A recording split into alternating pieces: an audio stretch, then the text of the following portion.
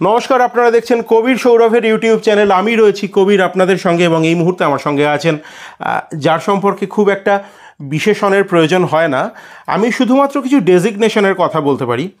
এই শহরের প্রাক্তন মেয়র, অন্যতম সফল মেয়র এবং আমাদের দেশের অন্যতম বিশিষ্ট আইনজীবী এবং সাংসদ, রাজ্যসভার সদস্য এবং খুব গুরুত্বপূর্ণ সদস্য, যিনি একাধিক ইস্যুতে কিন্তু রাজ্যসভা তোলপাড় করেছেন এবং স্বরাষ্ট্রমন্ত্রী থেকে শুরু করে শাসক দলের অনেকেই নড়ে চড়ে বসেছেন, যার বাগ্মিতায়, যার একাধিক ক্ষুরোধার যুক্তিসঙ্গত বক্তৃতায় এবং আমাদের ব্যাকড্রপে আজকে আছেন আর্নেস্টো চে, যিনি বলেছিলেন, "If you tremble at indignation at every injustice, you are a comrade of mine."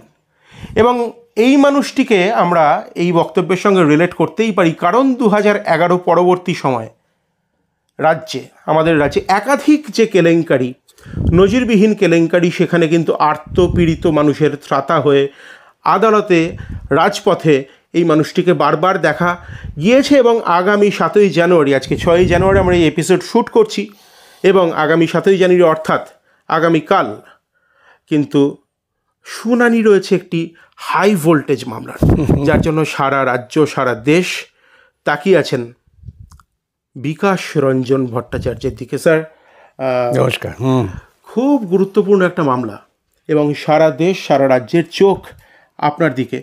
মামলাগুলি হচ্ছে, এবং এই এপিসোডকে আপনারা সম্পূর্ণ দেখতে হবে আপনাকে, কারণ অত্যন্ত গুরুত্বপূর্ণ কিছু বিষয় নিয়ে আমরা কথা বলবো। স্যার, ডিএ মামলা এবং 2016 সালের প্যানেল নিয়ে আমরা কথা বলবো আজকে। প্রথমেই আমরা 2016 সালের প্যানেল নিয়ে আমরা ইতিপূর্বে অনেক কথা বলেছি। স্যার, ডিএ মামলা নিয়ে কিছু স্পেসিফিক প্রশ্ন। প্রথম কথা হচ্ছে, ডিএ কি কর্মচারীর অধিকারের মধ্যে পড়ে? আমরা কলকাতা হাইকোর্টে সওয়াল করেছি যে ডিএ কর্মচারীদের অধিকার, এটা একটা বেতনের অংশ। আমাদের সেই যুক্তি শুনে কলকাতা হাইকোর্টের ডিভিশন বেঞ্চ রায় দিয়েছেন আমাদের পক্ষে যে ডিএটা অনুকম্পার বিষয় নয়, দানের বিষয় নয়, অনুগ্রহের বিষয় নয়, এটা কর্মচারীদের অধিকার। এবং প্রকৃতপক্ষে গোটা ভারতবর্ষ জুড়েই সর্বত্রই ডিএটা এখন বেতনের একটা অংশ হিসেবে গ্রাহ্য হচ্ছে। তার বিরুদ্ধে রাজ্য সরকার তারা রিভিউ ফাইল করেছেন ইত্যাদিতে অনেক আইনি প্রক্রিয়া নিয়েছেন, কোথাও তারা সফল কাম হননি। সুপ্রিম কোর্টে গিয়েছেন, সুপ্রিম কোর্টে মামলা শুনানি হচ্ছে না। মামলা যদি শুনানি হয় তখন আমরা সেখানেও সুপ্রিম কোর্টের কাছে আমরা নিশ্চয়ই প্রমাণ করতে পারবো আইনসঙ্গতভাবে যে ডিএটা অধিকার, ডিএটা অনুদান নয়। এ নিয়ে কোনো সন্দেহের অবকাশ নেই। এই কম্পোনেন্টটাকে, ভাতা, মহার্ঘ ভাতা, ডিয়ারনেস অ্যালাউন্স, এই ডিয়ারনেস অ্যালাউন্স, এই কম্পোনেন্টটাকে কীভাবে ডিফাইন করবেন স্যার? পরিষ্কার বলা আছে ডিয়ারনেস অ্যালাউন্সটা কেন দেওয়া হয়। যখন বেতন ঠিক করা হয় তার পরবর্তী সময় তো দ্রব্যমূল্য বৃদ্ধি হয়। এখন এই দ্রব্যমূল্য বৃদ্ধি হচ্ছে, সেই বৃদ্ধিটা তো বেতন যখন নির্ধারণ করা হয় যে স্কেল, তখন তো ঠিক করা হয় না। সেই জন্যেই এটাকে দেওয়া হয়, বলা হয় ডিয়ারনেস অ্যালাউন্স। এবং এই কস্ট অফ প্রাইস ইন্ডেক্স, যা 6 মাস অন্তর অন্তর নির্ধারণ করা হয়, যেমন যেমন কস্ট অফ প্রাইস ইন্ডেক্স হবে তেমন তেমন ডিএ দেওয়া হবে। এই নিয়ে খুব বিতর্কের অবকাশ নেই। যারা বিতর্ক করছেন তারা হয়তো বিতর্ক করতে হবে বলেই করছেন, কিন্তু তারাও নৈতিকভাবে জানেন যে এই নিয়ে বিতর্কের কোনো জায়গা নেই। কলকাতা হাইকোর্টের, মাননীয় কলকাতা হাইকোর্টের ডিভিশন বেঞ্চ, সেখানে 24শে জুলাই 2024 সালে সম্ভবত শুনানি হয়েছিল, এবং 7ই জানুয়ারি সম্ভবত মাননীয় বিচারপতি ঋষিকেশ রায়ের বেঞ্চে এই মামলাটি উঠতে পারে। এখানে সারা রাজ্যের চোখ, বিশেষ করে সরকারি কর্মচারীদের চোখ কিন্তু আপনার দিকে। তাদের উদ্দেশ্যে আপনার বার্তা স্যার? আমার তো তাদের উদ্দেশ্যে বার্তা দেওয়ার মতো কিছু নেই। তারা সকলেই জানেন, তারা অভিজ্ঞ সরকারি কর্মচারী, সরকারি দপ্তরে তারা কাজ করেছেন, আইন কানুন জানেন। রাজ্য সরকার তারা মামলা লড়তেই পারেন, সেটাও তাদের অধিকার আছে। কিন্তু এখানে রাজ্য সরকারের নৈতিকতার দিক থেকে আমার মনে হয় এই মামলা তাদের লড়া উচিত ছিল না। তো লড়াই করেছেন, কর্মচারীরা লড়ছেন। এখন এই মামলাটা শুনানি হচ্ছে না। শুনানি না হওয়ার ক্ষেত্রে আমি কোনো নির্দিষ্ট এর পেছনে অন্য কোনো কারণ আছে বলে মনে করি না। আমাদের আদালতের যে শুনানির পদ্ধতি, সেই পদ্ধতির ক্ষেত্রেই এটা শুনানির পর্যায়ে আসছে না। কারণ এটা একটু দীর্ঘ শুনানি হওয়ার সময় লাগবে। এটা ওই সাধারণ একটা মামলা ধরে খারিজ করে দিলাম অন্যান্য মামলার মতো তা নয়। সেজন্যই বিচারপতিরা বলছেন যে হাতে সময় নিয়ে শুনবো, সেই সময়টাই তারা খুঁজে পাচ্ছেন না, আর কিছু না। হ্যাঁ, হাতে সময় নিয়ে শোনার প্রশ্ন কিন্তু বারবার উঠে আসছে। একটা আশঙ্কার মেঘও থেকে যাচ্ছে, কারণ ন্যাশনাল এফেক্ট অথবা রাজ্য সরকারি কর্মচারীদের ডিএ, এরকম একাধিক বিষয় রাজ্য সরকার রায় দেওয়ার পরেও কিন্তু সরকার, মানে হাইকোর্ট রায় দেওয়ার পরেও, মাননীয় হাইকোর্ট রায় দেওয়ার পরেও কিন্তু রাজ্য সরকার দেখা গেছে ডিএ দেওয়া থেকে বিরত থেকেছেন। এবারেও কি সেরকম কোনো আইনি? না, ওরা তো তখন বারবার দেখেছেন যে আদেশের বিরুদ্ধে উচ্চতর আদালতে যাওয়ার সুযোগ রয়েছে, আদেশের পুনর্মূল্যায়নের সুযোগ আছে, সেই সমস্ত তারা সুযোগ নিয়েছেন, নিতেই পারেন সঙ্গতভাবে। এখন চূড়ান্ত পর্যায়ে গিয়েছে সুপ্রিম কোর্টে। সুপ্রিম কোর্টে মামলা শুনানি হলে পরে আমার দৃঢ় বিশ্বাস যে কলকাতা হাইকোর্টের যে রায়, সেই রায়ই বৈধতা পাবে এবং তখন সরকারকে দিয়ে দিতে তারা বাধ্য হবেন, পালিয়ে যাওয়ার রাস্তা নেই কোনো। মানে সুপ্রিম কোর্টে যদি এই রায় হয় তাহলে সরকার কিন্তু দিতে বাধ্য হবেন, এমনটাই তো? নিশ্চয়ই। আচ্ছা, এর পরের একটা প্রশ্ন নৈতিকতার দিক থেকে, কারণ শুধুমাত্র আপনি তো একজন অভিজ্ঞ আইনজীবী নন, আপনি একই সঙ্গে একজন রাজনৈতিক মানুষও, এবং সেটাই জনমনে প্রতিভাত ভীষণভাবে। সেই জায়গায় দাঁড়িয়ে, এবং আপনি প্রশাসন চালিয়েছেন দীর্ঘদিন, শহরের মেয়র থেকেছেন, যেখানে মেলার জন্য, খেলার জন্য পুজো কমিটিকে অনুদান দেওয়া হচ্ছে, সেই জায়গায় দাঁড়িয়ে রাজ্য সরকারি কর্মচারী যারা ব্যাকবোন, তাদের প্রাপ্য দেওয়া হচ্ছে না। দেখুন, আমি তো এটা নিয়ে দীর্ঘদিন সমাজের বৃহত্তর জগতে বারবার এই প্রশ্নটা তুলেছি যে সরকার জনগণের থেকে নেওয়া করের টাকায় এমন কোনো কাজ করবেন না যে কাজটা সামগ্রিকভাবে জনগণের স্বার্থের পক্ষে নয়। অর্থাৎ সরকারি যে কোষাগার থেকে টাকা, তা সামগ্রিক জনগণের স্বার্থে বা বৃহত্তর জনগণের স্বার্থে ব্যবহার করতে হবে। দুর্ভাগ্যজনকভাবে পশ্চিমবঙ্গে 2011 পর আমরা দেখেছি এরা এই সরকারি অনুদান, সরকারি টাকাকে ধর্মীয় আবেগ তৈরি করার জন্য ব্যবহার করেছেন। ধরুন, ইমাম ভাতা চালু করলেন, আমরা আদালতে গেলাম, আদালত আমাদের জিতিয়ে দিলেন, বললেন এটা অসাংবিধানিক। তখন তারা টাকাটা ঘুর পথে দেওয়ার চেষ্টা করলেন।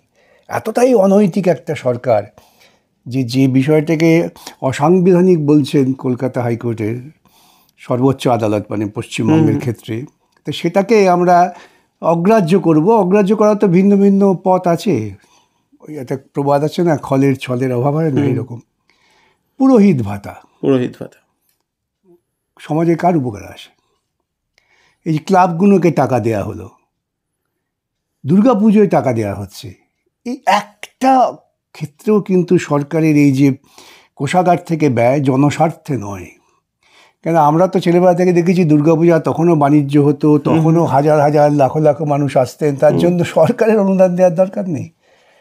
কিন্তু সরকার এটা খুব পরিকল্পিতভাবে, যে ভারতবর্ষের রাজনীতিতে ধর্মের যে একটা প্রভাব, সেটাকে ব্যবহার করতে চেয়েছেন, এবং যেটা মূলত অন্তিম লগ্নে গিয়ে মানুষের মধ্যে বিভাজন তৈরি করে। প্রায়শই শুনবেন আমি খুব বলি যে আরএসএসের যে পরিকল্পনা, সেটাকে খুব কৌশলের সঙ্গে পশ্চিমবঙ্গে প্রয়োগ করেছেন মমতা। এ নিয়ে তো কোনো দ্বিধার জায়গা নেই, দ্বন্দ্বের জায়গা নেই। এবং ধরুন, এত টাকা ক্লাবকে দেওয়া হলো, বাঙালি খেলোয়াড় কোথায় উঠছে? আমরা বাইরের খেলোয়াড় নিয়ে এসে টিম তৈরি করছি। এ প্রসঙ্গে সুব্রত ভট্টাচার্য, যিনি প্রখ্যাত খেলোয়াড় ছিলেন, তার মন্তব্যটা অত্যন্ত প্রাসঙ্গিক। যে আমরা এত কিছু করছি, তা আমার খেলোয়াড় উঠছে না কেন? কেন আরও 4টে সুব্রত ভট্টাচার্য, সুধীর কর্মকার, সুরজিৎ সেনগুপ্ত, মনোরঞ্জন বা পিকে ব্যানার্জি, সুকুমার সমাজপতি তৈরি হচ্ছে না? তার কারণ যে আমরা সংগঠিতভাবে আমাদের সমাজের মধ্য থেকে খেলোয়াড় পছন্দ করে তার উন্নতির জন্য তার পেছনে যে খরচ করা, সেটা করছি না, ক্লাবগুলোকে দিচ্ছি। এটা একটা অত্যন্ত খুব বৃহত্তর রাজনৈতিক দূরভিসন্ধি আছে আমি মনে করি। সেটা হচ্ছে, আমি তো দুর্নীতি করছি ক্ষমতায় বসে, এই দুর্নীতির সঙ্গে সমাজের বিভিন্ন অংশের মানুষকে যুক্ত করে নেওয়ার একটা পরিকল্পনা। এই সামাজিকভাবে দুর্নীতায়ন যে হচ্ছে, তারই রাজনৈতিক পরিকল্পনা হচ্ছে এইগুলো।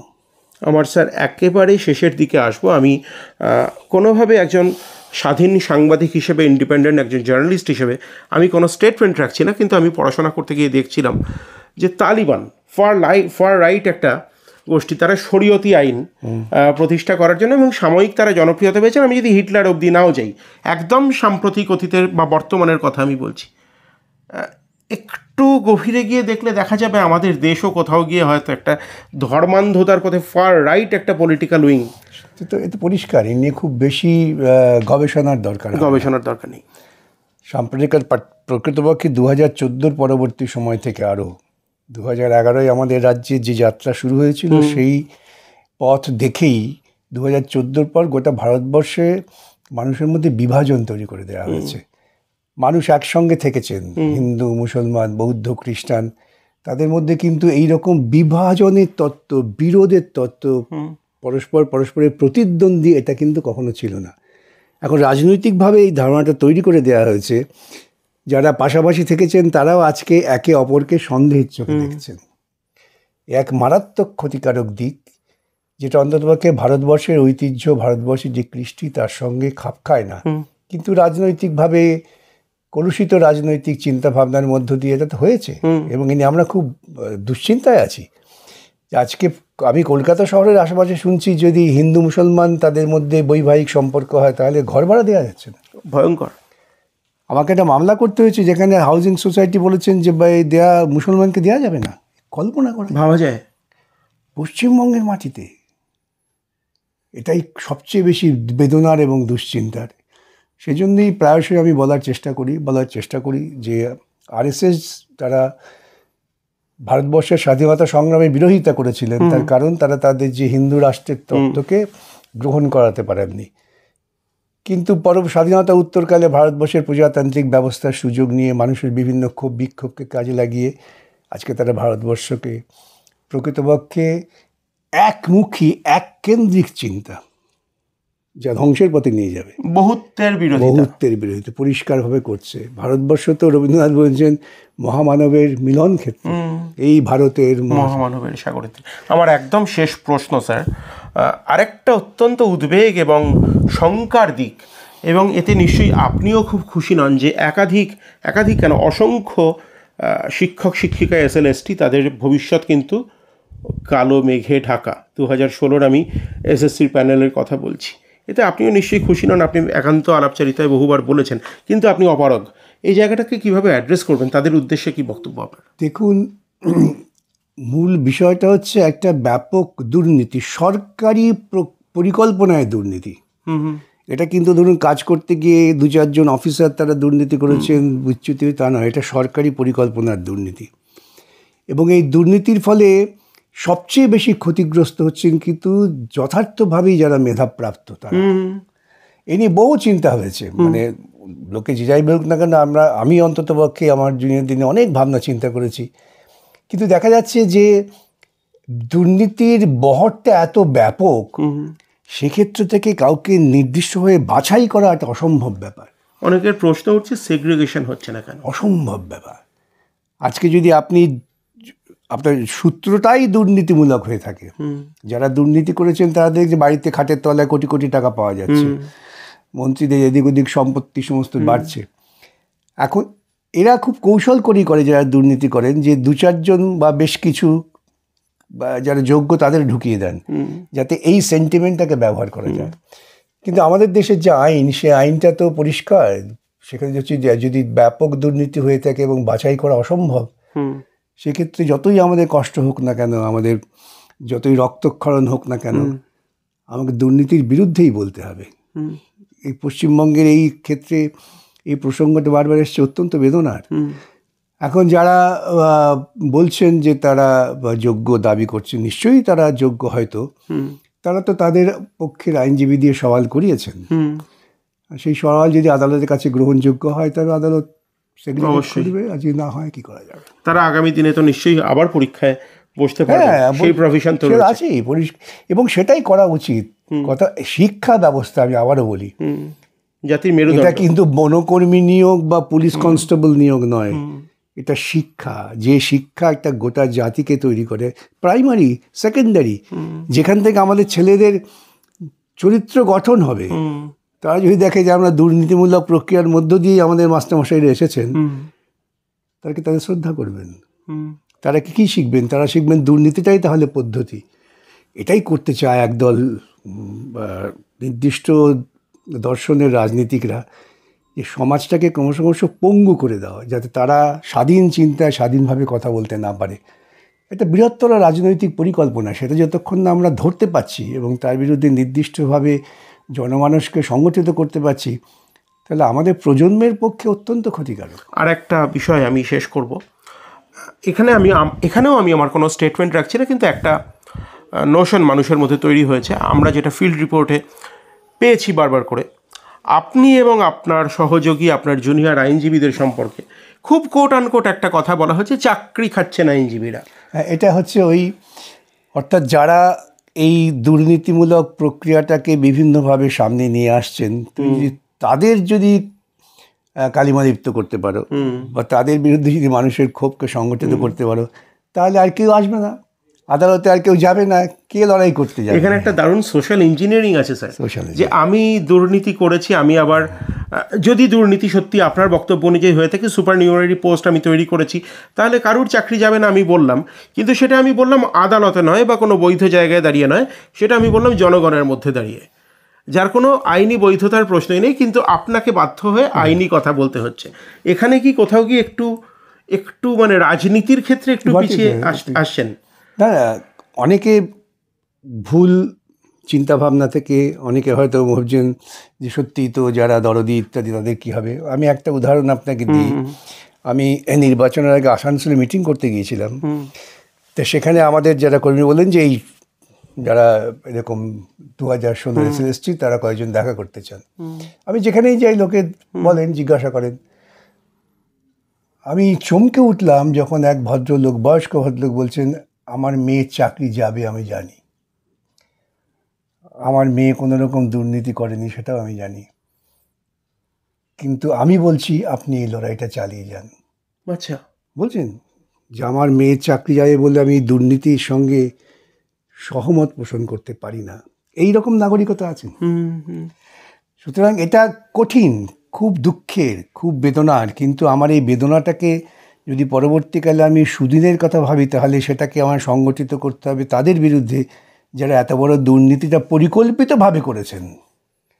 দুর্নীতি হঠাৎ ঘটে যাওয়া নয়, হঠাৎ বিচ্যুত না, এটা পরিকল্পনা। আগামী 7ই জানুয়ারি কী হয় তার দিকে আমাদের প্রত্যেকের নজর থাকবে, এবং এরকম আরও এক্সক্লুসিভ আপডেটস পাওয়ার জন্য আপনার চোখ থাক কবির সৌরভের ইউটিউব চ্যানেলে। নমস্কার।